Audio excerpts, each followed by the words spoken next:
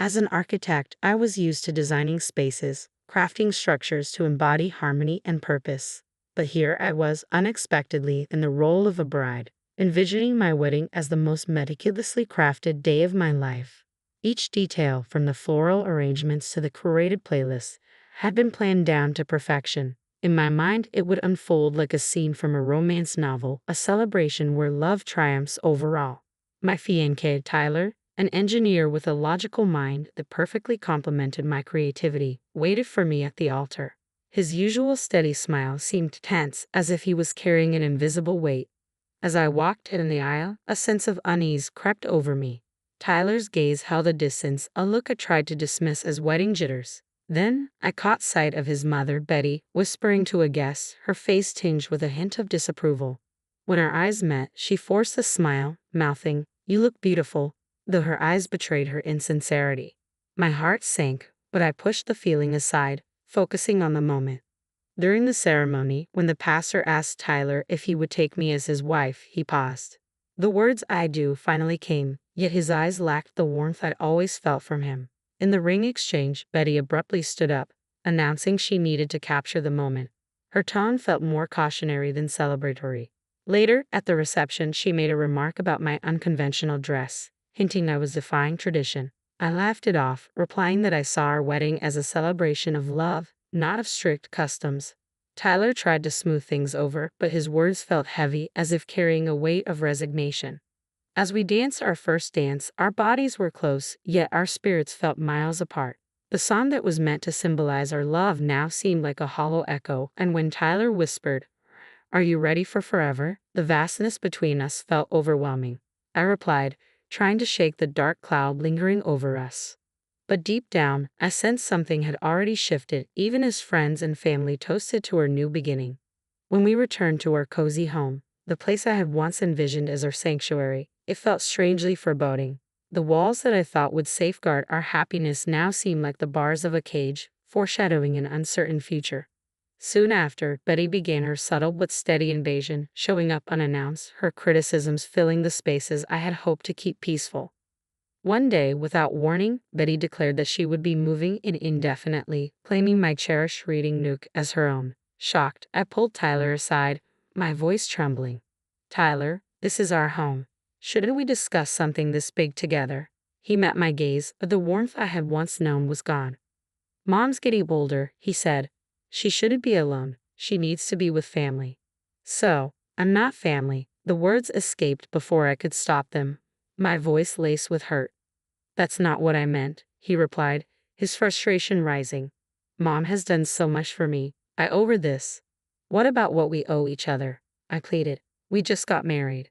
This should be our time to build something together." But my words seemed to fall on deaf ears. The decision had already been made. Betty moved in, and the love that was supposed to fill our home was replaced with tension and resentment. Every corner I once found peace in felt heavy, occupied by her constant presence.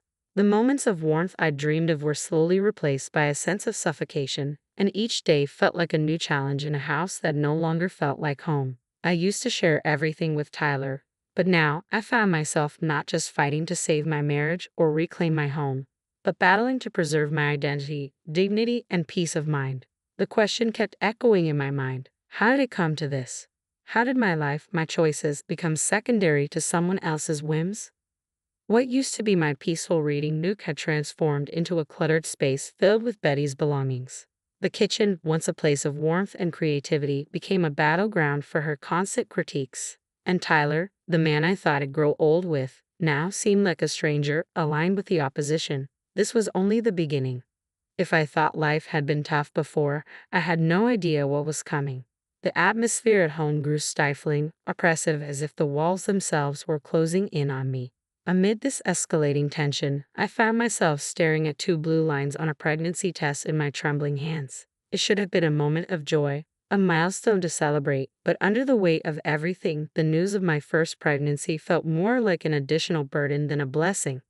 Standing before the bathroom mirror, my eyes red from holding back tears, I realized that this should have been a moment of excitement. But it had become a heavy weight I wasn't ready for. When I shared the news with Tyler, his reaction was disappointing in its indifference. "Well, that's something," he muttered, barely looking up from his phone before quickly shifting the conversation to some home improvement idea his mother had suggested. Betty, however, embraced my pregnancy as though it were her divine calling. She began to dictate every aspect of my life, what I ate, what I did, and even where I should give birth. Her interference didn't stop with advice. She turned my pregnancy into another arena for her to assert control. "You're eating again," she would remark, eyeing the modest sandwich I prepared. "Shouldn't you be careful about gaining weight during pregnancy?" I tried to remain calm. "This is doctor recommended, Betty." She scoffed. "Doctors these days don't know anything. Back in my day, we knew how to manage pregnancies." As the weeks went on, my energy dwindled, but Betty's demands only escalated. She transformed my home into her kingdom, where I was expected to cook, clean, and cater to her every whim, as though I were a servant, not a pregnant daughter-in-law. "Betty, why haven't you vacuumed the living room yet?" she barked from her self-appointed throne in what used to be my cherished reading nook, now turned into her lair for endless phone scrolling and daytime TV marathons. "I've been feeling really tired today, Betty. The doctor advised me to take it easy," I replied, my voice heavy with exhaustion. "Tiredness during pregnancy isn't an illness, you know," she shot back, her words cold and dismissive. Through all of this, Tyler's silence was deafening. His passive compliance only added fuel to the growing tension. Things finally boiled over during a tense dinner when Betty criticized my choice of baby names. "That's a ridiculous name for a child," she sneered. "You might as well pin a kick me sign on his back for his entire school life." At my breaking point, I snapped. "Enough is enough, Betty. This is my child, and I have a say in how to raise him or her." Her eyes flared with anger, and her voice escalated. Tyler, as always, intervened, not in my favor. "Mom, you're being emotional. She's just giving her opinion," he said, looking between Betty and me, then around the house, which had become my prison. I felt trapped, humiliated, isolated. The reflection in my tarnished wedding ring showed a woman I barely recognized, someone who was losing everything that once defined her. My home, my dignity, and my relentless spirit had all been slowly eroded under the weight of constant conflict. During one of these heated family discussions, Betty, with a cold, triumphant tone, looked me dead in the eyes and declared, "If you can't handle a simple family discussion, maybe you shouldn't be a part of this family." Tyler's silence in that moment was more cutting than any harsh words. It sliced through me, leaving me with a deep, aching emptiness. I realized then that my nightmare wasn't looming on the horizon. It had already consumed me, turning my life into a maze of broken dreams and suffocated cries. I wandered through the house like a ghost, each room echoing with the absence of the warmth they once held. The baby growing inside me became my only beacon of hope, the last bit of joy in a life that was quickly becoming hollow. But even that small solace was under threat. The breaking point came on a cold evening. During one of those dreadful family dinners thick with tension, I had spent hours preparing the meal, bracing myself for Betty's inevitable criticisms. Each of her jabs felt like a sharp sting, each scoff like a slap to the face. I'd grown used to it, but this time her words hit deeper than ever. "You think you're fit to be a mother if you can't even manage a household? What are you going to do with a baby?" she sneered, each word aimed like a piercing attack at my already fragile self-esteem. My hands shook, and tears blurred my vision, but before I could respond, Tyler added to my despair. "Mom has a point. Betty's right, you need to step it up. We're going to be parents soon." That was the last straw. A surge of anger, mixed with years of resentment and humiliation, rushed through me. "Step it up. Step it up," I exclaimed, my voice rising with a fierce intensity I hadn't expected. "I am carrying our child, managing our home, and enduring relentless emotional abuse from your mother, and you're telling me to step it up." Both Tyler and Betty looked stunned by the force of my outburst. In that moment, the reality of my situation hit me full force. The profound isolation, the deep disrespect. It was all laid bare, unyielding, and stark. Every day, I faced the unbearable tension within what was supposed to be the sanctuary of my own home. It had built up like a dormant volcano, simmering beneath the surface until it finally erupted.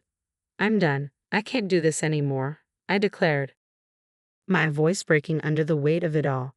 "I won't raise my child in a place where their mother is treated like nothing. If this is what family is to you, then I want no part of it."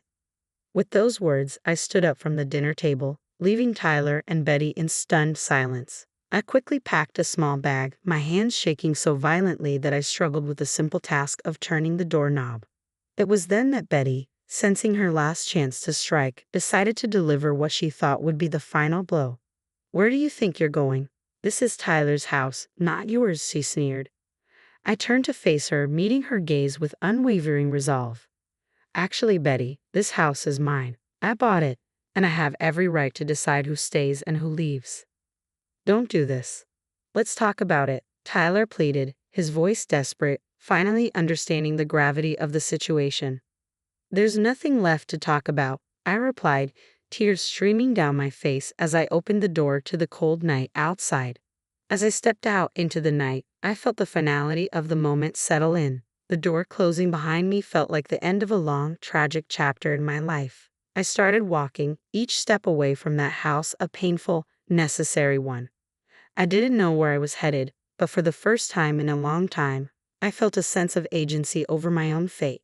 Despite the emotional toll, the icy wind cut through my thin clothes, biting into my skin as sharply as the turmoil inside me. I walked aimlessly, lost in a haze of exhaustion, both physical and emotional, until I neared my parents' house, a sanctuary I desperately needed. Just steps away from safety, my foot caught on an uneven slab of pavement, sending me crashing to the ground. My ankle twisted painfully, but the physical pain was nothing compared to the emotional agony I had been enduring. Limping and tearful, I finally reached my parents' doorstep. Their shocked expressions as they opened the door reflected the gravity of what had happened. This breakdown had been a long overdue fracture in a life already strained by too much pressure. As they hurried me to the hospital, I knew deep down that things couldn't go back to the way they were. I couldn't return to that house, not to Tyler, and certainly not to the oppressive shadow of Betty that had suffocated me for so long. Reaching my breaking point wasn't just the end. It marked the beginning of something new, a harsh but necessary step toward regaining the life that had been slowly stripped away from me. In the sterile hospital room, surrounded by the constant beeping of machines and the cold, unfeeling walls, reality hit hard. My sprained ankle propped up and undergoing checks for any complications from the fall, I experienced a strange blend of relief and fear. My parents stood beside me, their faces etched with concern and quiet anger. They had always sensed something was wrong in my marriage, but now the full extent of its dysfunction was glaringly obvious. "Sweetheart, what are you going to do now?" my mom asked, breaking the heavy silence, her voice heavy with worry.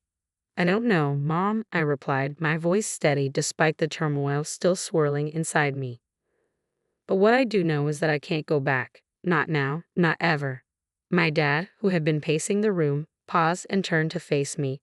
"Your mother and I will support whatever decision you make," he said, his voice calm yet heavy with concern. "But you need to think about your future, and the future of your child." I nodded, my mind a labyrinth of uncertainty, filled with countless possible paths, each shadowed by doubt, but also touched by the promise of something new, something free. As we spoke, my phone buzzed with a message from Tyler. "Betty, where are you? We need to talk." Without a second thought, I turned off my phone. Whatever Tyler had to say, it was too little, too late. I was done with words. Now, it was time for action.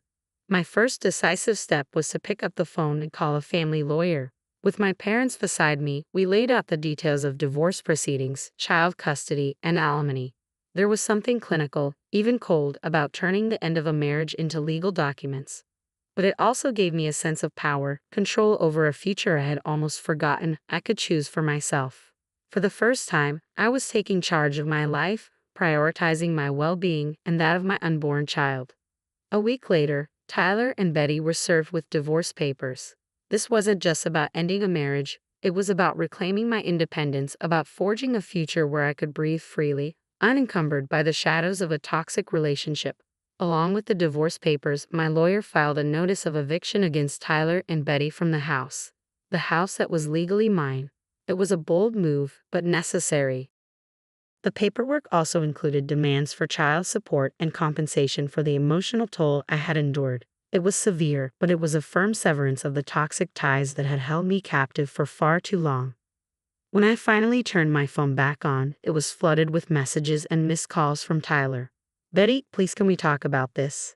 I didn't realize how bad things had gotten. I'm sorry, Betty. I never wanted any of this to happen. Let's find a way to make it right." For a moment, I hesitated. I was tempted to reply, to hear him out. But then memories of all those nights filled with humiliation, years of emotional neglect, and Betty's ceaseless cruelty came rushing back. Any affection I had once felt for him was buried under the rubble of our shattered marriage. Without another thought, I deleted the messages, erased his number, and blocked him on every social media platform. As far as I was concerned, Tyler was now a chapter of my past, one I was finally ready to close. I knew the road ahead would be hard. Divorce proceedings are never simple, especially when children are involved. But for the first time in ages, I felt a sense of control. The journey ahead would be painful, yes, but it would also be mine to navigate. The darkness was finally behind me, and though the future was uncertain, it held the promise of something better. The courtroom was sterile and cold, its atmosphere heavy with finality. My lawyer sat beside me, exuding calm confidence. Behind me, my parents' support was unwavering. Across the room, Tyler sat, looking defeated, his face a mask of bewilderment. Betty stood beside him, her expression one of indignant disbelief. "All rise," the bailiff called, and Judge Anthony entered. The proceedings unfolded quickly, like a storm on leaves.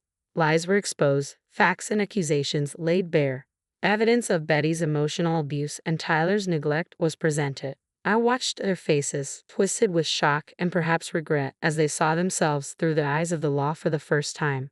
The judge turned to Betty. "Miss, you stayed accused of emotional abuse and harassment. The evidence against you is overwhelming. How do you plead?" Betty faltered, her usual confidence nowhere to be found. "Your Honor, this has all been taken out of context. I was merely looking out for my son's well-being." The judge, unimpressed, retorted, "It appears your definition of well-being is quite twisted."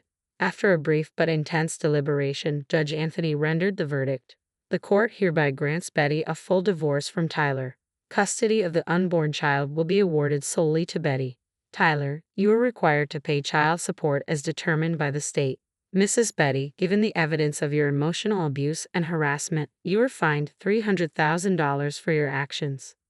A wave of relief washed over me as the gavel came down, but it was a bittersweet victory. My marriage had ended not in dramatic confrontations, but in the quiet shuffle of legal documents. I was free, but the cost was higher than I had ever imagined. As we exited the courtroom, Tyler approached me, his expression full of confusion and regret. "Betty, I'm so sorry. I never thought we'd end up here." I looked at him, this man I had once believed I would spend my entire life with, and felt nothing but an empty void where love had once resided. "I didn't think so either, Tyler. But here we are. It's too late for apologies now." I turned my back on him and walked away. Betty tried to catch my eye as I passed, perhaps seeking some form of recognition or even forgiveness. But I offered her nothing. She had drained me, and I couldn't afford to give her the satisfaction of knowing she still had any effect on me. As I stepped out of the courthouse, the world felt different, brighter, more vivid, as if I was seeing everything through a new lens. The weight that had held me down for so long had finally been lifted. This was the beginning of a new chapter, one I would write on my own terms. My mother embraced me tightly, tears in her eyes. "You did it, Betty. You're free." I hugged her back, overwhelmed with gratitude. "I couldn't have gone through this without you and Dad." Together, we walked into the light of a new day, ready to start fresh, free from the shadows of the past. "We'll always be here for you," my dad said, joining in the hug, his voice steady and reassuring. "And for your new beginning." That evening, I sat alone in the quiet of my house, the house that was now undeniably mine. For the first time in years, I felt a profound sense of peace. I wasn't lonely, I was alone, and that was enough. The only expectations I needed to meet were my own. A flicker of apprehension remained, of course. I was about to become a single mother, a responsibility that loomed large. But as I rested my hand on my belly, feeling the gentle movements of my unborn child, a sense of calm settled over me. This painful journey had led me to a reckoning, but it had also brought me to a place of survival. The scars from my past remained, but they now told a story of strength, not defeat. I was ready for whatever the future held, not out of necessity, but from a place of choice. And that choice, to steer my own life, to shape my destiny, made all the difference. This was the promise of a new chapter, one written with hope, resilience, and newfound freedom.